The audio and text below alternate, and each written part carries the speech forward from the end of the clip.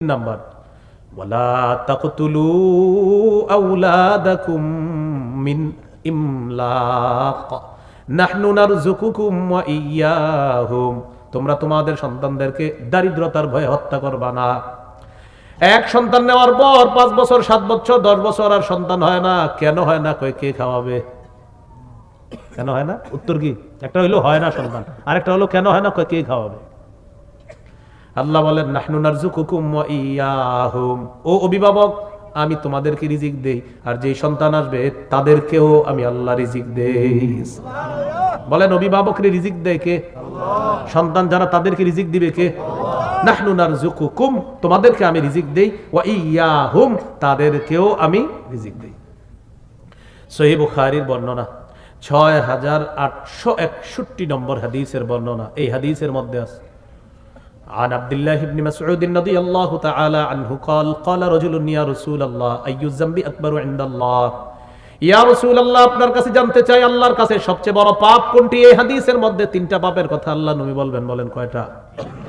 নবীজি বললেন 1 নাম্বার আনতাদউ লিল্লাহি নিদ্দান ওয়া হুয়া খালাকাকা, আল্লাহ তাআলা তোমাকে সৃষ্টি করেছেন, ওই আল্লাহর সাথে কোনো সমকক্ষ নির্ধারণ করা সবচেয়ে বড় পাপ। ক্বালা সুম্মা আইয়ুন ইয়া রাসূলুল্লাহ, হুজুরের পর সবচেয়ে বড় পাপ কোনটি? আল্লাহ নবী বললেন আনতাকতুলা ওয়ালাদাকা মাখাফাতা আইয়াতআমা মাআক, তুমি তোমার সন্তান হত্যা করা এই ভয়ে তোমার সন্তান তোমার খাদ্যে অংশগ্রহণ করবে, এই ভয়ে সন্তান হত্যা করা। তুমি তোমার সন্তানকে এই ভয়ে হত্যা করা যে তোমার সন্তান তোমার খাদ্যে অংশগ্রহণ করবে। ক্বালা সুম্মা আইয়ুন ইয়া রাসূলুল্লাহ, হুজুরের পর সবচেয়ে বড় পাপ কোনটা? আল্লাহ নবী জবাব দিলেন আন তুজানি বিহালিলাতি জারিকা, তুমি তোমার প্রতিবেশীর স্ত্রীর সাথে ব্যভিচার করা। এই 3টা বড় পাপের কথা বললেন। এর মধ্যে একটা পাপ হলো তুমি তোমার সন্তানকে এই ভয়ে হত্যা করা যে এরে কে খাওয়াবে। আকীদা স্বচ্ছ করেন, বলেন অভিভাবক বাপ মা তাদেরকে রিজিক দেয় কে? আল্লাহ। তাদের সন্তান যারা আসবে তাদের রিজিকটাও দিয়ে পাঠাবেন কে? আল্লাহ। তো এই জন্য আকীদা স্বচ্ছ রাখা। 3 নাম্বার আল্লাহ উপদেশ হলো সন্তানদেরকে দারিদ্রতার ভয়ে হত্যা করবা না। 4 নাম্বার ওয়ালা তাকরাবুল ফাওয়াহিশা মা যাহারা মিনহা ওয়া মা বাতান, প্রকাশ্য অশ্লীলতার কাছে যেও না, গোপন অশ্লীলতার কাছেও যেও না। প্রকাশ্য পাপের কাছে যেও না, গোপন পাপের কাছে যেও না। চা দোকানের সামনে টেলিভিশন চলতেছে, এখন তো টেলিভিশন ছাড়া চা দোকান চলে না, না হবে না। আচ্ছা টেলিভিশন চালানোর পর এটাতে সিনেমা চলে অশ্লীল, একসাথে ছোট বড় সবাই মিলেমিশে এটা দেখতেছে, এটা প্রকাশ্য অশ্লীলতা। টেলিভিশনের মধ্যে খেলা চলতেছে আর যুবকরা আপনার জুয়া খেলে এইভাবে। বলার কি ভালো না খারাপ? ভালো বলার, তাহলে এই ওভারে 5-এর বেশি হবে না, 6-এর বেশি হবে না। খারাপ বলার 10-এর বেশি হবে না। বলে বলে জুয়া খেলে, ওভারে জুয়া খেলে, এটা প্রকাশ্য পাপ। বলেন কি পাপ? ঠিকের আওয়াজ এত কামানি হয় এগুলা, এগুলা হলো প্রকাশ্য পাপ।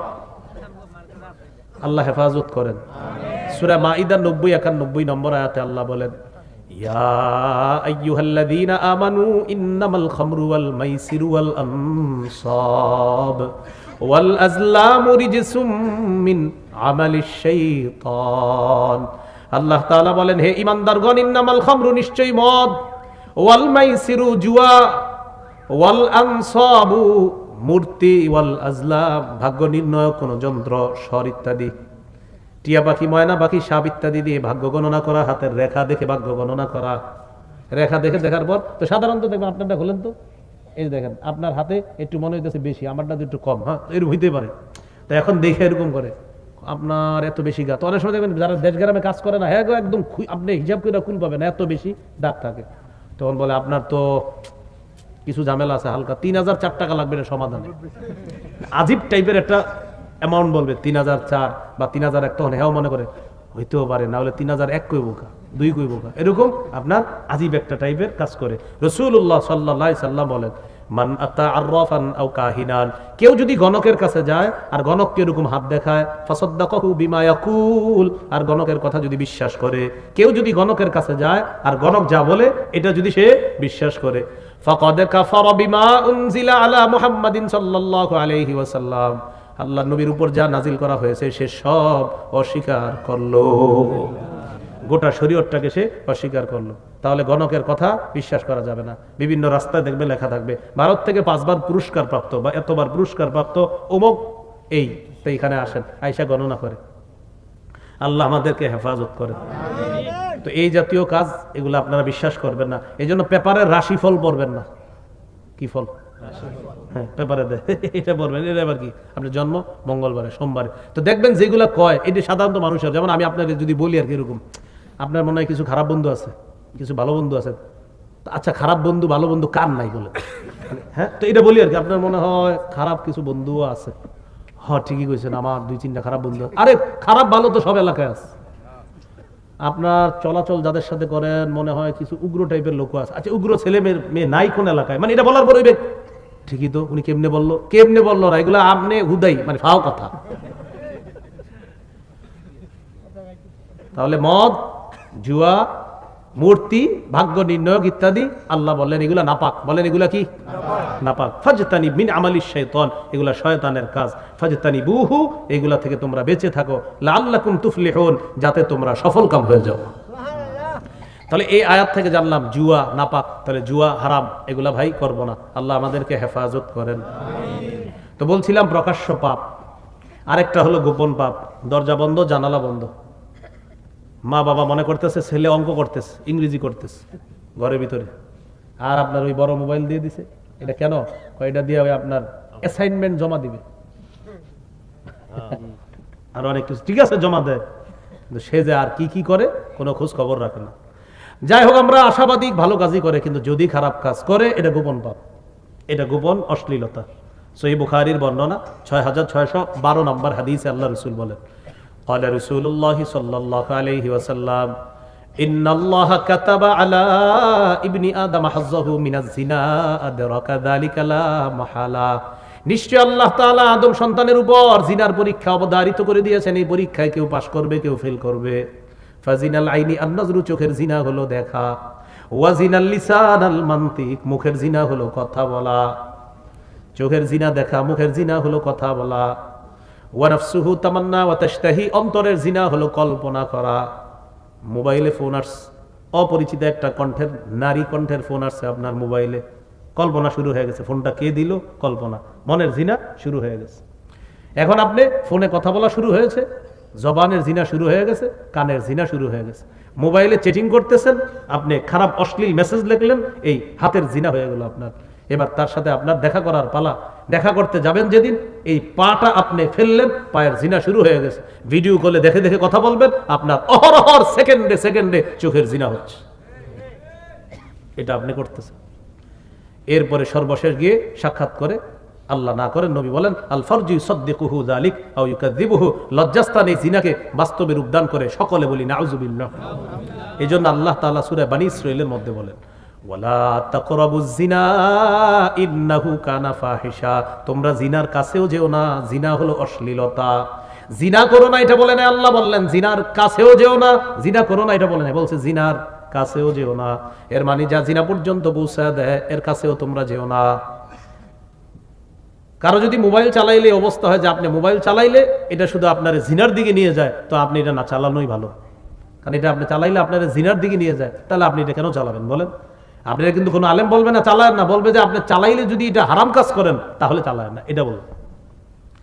তো এখন জিনার দিকে আপনাকে নিয়ে যায়, বারবার আপনাকে গুনাহ করা এটা, তাহলে ভাই আপনি, এই জন্য ওলামায়ে কেরাম পরামর্শ দেয় যে ক্ষেত্রে স্মার্টফোনের পরিবর্তে বাটন ফোন এটাই নিরাপদ। স্মার্টফোনের পরিবর্তে বাটন ফোন এটাই, যদি কথা বলাই মাকসাদ হয় তা আপনি বাটন ফোনে হয়। আর স্মার্টফোনে যদি আপনার গুনাহ হয়ে যায়, হারাম কাজ হয়ে যায়, তো ওলামায়ে কেরাম বলে থাকেন তাহলে তুমি স্মার্টফোন চালাবা না। আল্লাহ আমাদেরকে কথাগুলা মনে রাখার তৌফিক দান করেন। আমাদের বর্তমান বাইতুল মোকাররম মসজিদের খতিব সাহেব হযরতের পরামর্শ যে আপনি ওই লম্বা লম্বা ওইটা দিয়ে যদি গুনাহ হয়, নাফরমানি হয়, তাহলে তো আপনি এটা চালাতে পারেন না। আল্লাহ কথাগুলা মনে রাখার তৌফিক দান করেন। তাহলে ভাই কি শিখলাম? জিনা কইরো না বলছে না, জিনার কাছেও যেও না। যা জিনা পর্যন্ত বসে দেয় এটা, তা আল্লাহ বলে এটা অশ্লীলতা, এটা পাপ, এটা নাফরমানি। তা আল্লাহর উপদেশটা কি? 4 নাম্বার, ওয়ালা তাকরাবুল ফাওয়াহিশা মা যাহারা মিনহা ওয়া মা বাতান, প্রকাশ্য অশ্লীলতার কাছে যেও না, গোপন অশ্লীলতার কাছেও যেও না। প্রকাশ্য পাপ, গোপন পাপ দুনিয়াতেও আল্লাহর লানত টেনে আনে, বলি নাউযুবিল্লাহ। যেমন চুরি করা, এটা একটা অপরাধ। কি করা? চুরি করা। সহিহ বুখারীর বর্ণনা 6783 নম্বর হাদিস। قال رسول الله صلى الله عليه وسلم لعن الله السارق يسرق البيضة ويسرق الحبل। নবীজি বলেন ওই চোরকে আল্লাহ অভিশাপ দেয় যে চোর ডিম চুরি করে। কি চুরি করে? তাহলে ডিমের মা চুরি করলে কি অবস্থা হবে? লাআনাল্লাহু সারিকা ইয়াসরিকুল বাইদাতা, যে ব্যক্তি ডিম চুরি করে আল্লাহ তাকে অভিশাপ দেয়। ওয়াসরিকুল হাবলা, যে ব্যক্তি রশি চুরি করে আল্লাহ তাকে অভিশাপ দেয়। তাহলে বলেন রশি দিয়ে যে গরু বাঁধা, ওই গরু চুরি করলে কি অবস্থা হবে? চুরি করতে গেছে গরু, টান দিছে, পরে রশিটা আসছে, গরুটা আসে নাই, রশি চুরি করলো, আল্লাহ লানত। আর গরুটা চুরি করে গেলে তাহলে কি অবস্থা হইতো? এই পাপগুলা আল্লাহ লানত টেনে আনে। আবু দাউদের হাদিস 3674 নম্বর হাদিস। قال رسول الله صلى الله عليه وسلم لعن الله الخمر وشاربها وساقيها وبائعها ومبتاعها وعاصرها ومعتصرها وحاملها والمحمولة إليه। কত হয়? নয়। দেখেন কি বলে, লানাল্লাহুল খামরা, মদকে আল্লাহ অভিশাপ দিয়েছেন। বলেন কাকে? মদ দ্বারা উদ্দেশ্য যত মাদক দ্রব্য আছে। মাদক দ্রব্য হলো কুল্লু মুস্কিরিন খামরুন ওয়া কুল্লু খামরিন হারাম বা কুল্লু মুস্কিরিন হারাম। নেশা সৃষ্টি করে যত দ্রব্য আছে সব হারাম। তাহলে মদ দ্বারা উদ্দেশ্য হলো মাদক দ্রব্য, ইয়াবা, বাবা, গাঁজা, হিরোইন, ফেন্সিডিল, আফিম, কানাডা ড্রাই, মাস্তুদ, শ্যাম্পেন, বিয়ার, ডাইল ইত্যাদি ইত্যাদি। হ্যাঁ, ভ্যানগাড়ির চিপা চুপা, চা দোকানদারের পিছনে ইত্যাদি।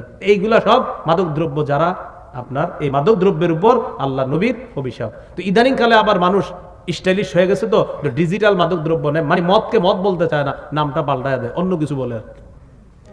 আর মানুষ যে মদকে অন্য কিছু বলবে এটাও নবীজি বলে গেছে। চিন্তা করছি না, আল্লাহু আকবার। আমাদের নবীজি বলছে যে মানুষ মদ অন্য নাম দিবে। ইবনে মাজাহ 4020 নম্বর হাদিস। قال رسول الله صلى الله عليه وسلم لا يشربن الناس من امتي الخمر يسمونها بغير اسمها।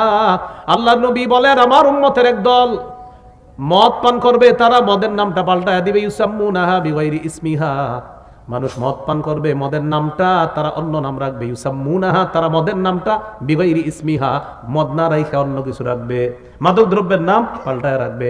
ইউজাফু আলা রুউসিহিম বিল কাইনাতি ওয়াল মুগান্নিয়াত। আল্লাহ নবী বলেন একদিক দিয়ে তারা মদ খাবে, অন্য দিক দিয়ে বাদ্যযন্ত্র বাজতে থাকবে, নায়িকা গায়িকারা নাচানাচি করতে থাকবে। তিনটা অংশ মিলান, মদ পান চলতে থাকবে, দ্রব্য আপনার গান বাদ্য বাজতে থাকবে, নায়িকারা নাচতে থাকবে। মদ পান চলতে থাকবে, গান বাজনা বাজতে থাকবে, নায়িকা গায়িকারা নাচতে থাকবে। এই তিনটা নবী বলছেন হবে। আপনারা বলেন কবে হবে? মদও চলে, নাচানাচি চলে, গানও চলে। আমাদের নবীজি এক হাদিসে তিনটা কথা বলছে। তাহলে মদের নাম পাল্টায়া দিবে মানুষ। তো আসেন 9 কথায় চলে যায় আবার। লাআনাল্লাহুল খামরা, মদকে আল্লাহ অভিশাপ দেয়। ওয়াশারিবাহা, মদ পান করে যে তাকে আল্লাহ অভিশাপ দেয়। ওয়াসাকিয়াহা, যে ব্যক্তি মদ পরিবেশন করে তাকে আল্লাহ অভিশাপ দেয়। আপনাদের অনেক সন্তান ইউরোপ কান্ট্রিতে চাকরি করে, হোস্টেলে চাকরি করে, হোটেলে চাকরি করে, রেস্টুরেন্টে চাকরি করে। ওই রেস্টুরেন্টের মধ্যে সাবধান বলে দিবেন, হালাল অংশটা সাপ্লাই করবা, মদ কিন্তু কাউরে ঢাইলা দিও না। মদ পরিবেশন যে করে তার উপর আল্লাহর অভিশাপ। 4 নাম্বার ওয়া ইয়াহা, মদ যে বিক্রি করে তার উপর আল্লাহর অভিশাপ। 5 নাম্বার ওয়া মুবতাহা, যে ক্রয় করে তার উপর আল্লাহর অভিশাপ। 6 নাম্বার ওয়া আসিরাহা, মদ যে উৎপাদন করে তার উপর আল্লাহর অভিশাপ। 7 নাম্বার ওয়া মুতাসিরাহা, মদ যে পরিশোধন করে তার উপর আল্লাহর অভিশাপ। এটাকে পরিশোধন করার পর নাম দেয় বাংলা মদ ইত্যাদি নাম দেয়। হ্যাঁ। 8 নাম্বার ওয়া হামিলাহা, মদ যে বহন করে তার উপর আল্লাহর অভিশাপ। আপনি গাড়ি চালান, আপনি জেনে শুনে যদি মাদক দ্রব্য বহন করেন আপনার উপরও আল্লাহর অভিশাপ। তাহলে গাড়ি যারা চালায় জেনে শুনে কিন্তু মাদক দ্রব্য গ্রহণ করবেন না। হ্যাঁ, কেউ যদি আপনার অজান্তে করে সেটা ভিন্ন বিষয়, কিন্তু আপনি জেনে শুনে যদি মাদক দ্রব্য এটা বহন করেন তো আপনার উপরও কিন্তু আল্লাহর অভিশাপ পড়বে। আল্লাহ আমাদেরকে হেফাজত করেন। 9 নাম্বার আল মাহমুলাতা ইলাই, যার কাছে বহন করে নিয়ে যাওয়া হয় তার উপরও আল্লাহর অভিশাপ। আল্লাহ আমাদেরকে হেফাজত করেন। এই মাহফিলগুলোতেও মাঝে মাঝে দেখবেন অনেক লোকেরা আসবে বা আসছে, অতীতে আসতো, আইসা বলতো এরকম, ভাই এলাকায় যেন কোনো মাদক দ্রব্য না চলে, মাদক দ্রব্য নিয়ন্ত্রণে এলাকাবাসীর সহযোগিতা চাই। মুরব্বী যারা আছেন আমাদেরকে সহযোগিতা করবেন। মাঠে যারা আছে তারা বলে ঠিক, অবশ্যই আমরা সহযোগিতা করব। খোঁজ নিয়ে দেখা যায় হেই দ্রব্য সাপ্লাই করে, ইনপুট করে, এক্সপোর্ট করে। এরকম অনেক সময় পাওয়া যায়। এই কথা কিন্তু সবাই সবার গায়ে নিয়েন না। এটা যারা নিবেন শুধুমাত্র যারা অপরাধটা করে তারা নিতে হবে। দেখেন এই কথা বলার পর অনেকে বলবে আচ্ছা এটা কারে বললো, আপনারা বলবেন যে করে। তো যদি বলে কে করে, বলবেন সে করে। বলবে সেটাকে, বলবেন সেটা যে। আরে যেটাকে বলবেন যেটাই তো সে। আপনার লাগলো কেন কথাটা সেটা বলেন। আপনি কি মদ বেচেন? যদি বলেন না, তো আপনার লাগলো কেন? আর যদি বলেন হ্যাঁ, তো ওয়াজ তো আপনারই করছে। যদি বলেন মদ আপনিই বেচেন, তো ওয়াজটা তো আপনারই করছে। যেমন আমি একটু আগে ওই যে এক জায়গায় বললাম, কি জানি হাদিসটা, ওই যে লানাল্লাহু আওয়া মান আওয়া মুহাদ্দিসা, যে ব্যক্তি কোনো বেদাতিকে আশ্রয় দেয়, শুরুতে বলছিলাম মনে হয় এটা, হ্যাঁ, তো বেদাতিকে যে আশ্রয় দেয় তার উপর আল্লাহর অভিশাপ। আপনি বলতে পারেন কালকে ইমাম সাহেব, হুজুরে বেদাতি কারে বললো? তো হুজুরে ইমাম সাহেব বলবে যে বেদাত করে। হুজুর যেটাকে, হুজুরে বলবে যেটা সে। আরে সেটাকে, বলবেন সেটাই তো যে। তা আপনি বলে দিবেন যে বেদাত করে সে। তো বলবেন হুজুর বেদাত কে করে? বলবেন যে করে। আপনি করেননি সেটা বলেন। যদি কয় হ্যাঁ, তো ওয়াজ তো আপনারই করছে। আর যদি বলেন না, তো আপনার লাগলো কেন? এই জন্য এরকম অনেক লোক পাবেন, দেখবেন অনেক আলেমরা আলোচনার মধ্যে বলে একটা, কিন্তু এক একজন নিজের গায়ে নিয়ে নেয়, নিয়ে বুঝায় যে আমি ওই জালেম, আমি ওই সুর, আমি ওই উমক। মানে আপনি কেন গায়ে নেন? যেমন গরু চুরির কথা বললাম, এখন এক গরু চুর এখানে এসে বললো হুজুর এই ওয়াজটা কেন করলো? ভাই আপনি গরু চুরি করেন? হ্যাঁ করি। তো ওয়াজ তো আপনারই করছি। আল্লাহ আমাদেরকে কথাগুলা বুঝার তৌফিক। এই জন্য মানুষ তার অপরাধগুলা, মানে যে অপরাধের কথা বললে যে অপরাধটা করে হেল লেগে যায়। যেমন ইমাম সাহেব মসজিদে 12 বছর নামাজ পড়ায়, সুদের ওয়াজ করছে 12 বছর পরে, করার সাথে সাথে মসজিদ থেকে বের হয়ে একজন রাগ হয়ে গেছে, হুজুর আপনি তো এতদিন খুব ভালো ওয়াজ করছেন, আজকে হঠাৎ সুদের আলোচনা কেন? সুদের আলোচনা মানে আপনি চাইলেন কি লেগে? আমি খাই। এই হলো অবস্থা আপনার। মানে অপরাধ যেটা করে যে সেটা আপনারও নিতে পারে না এই বয়ানটা। তাহলে কি বুঝলাম ভাই? আমার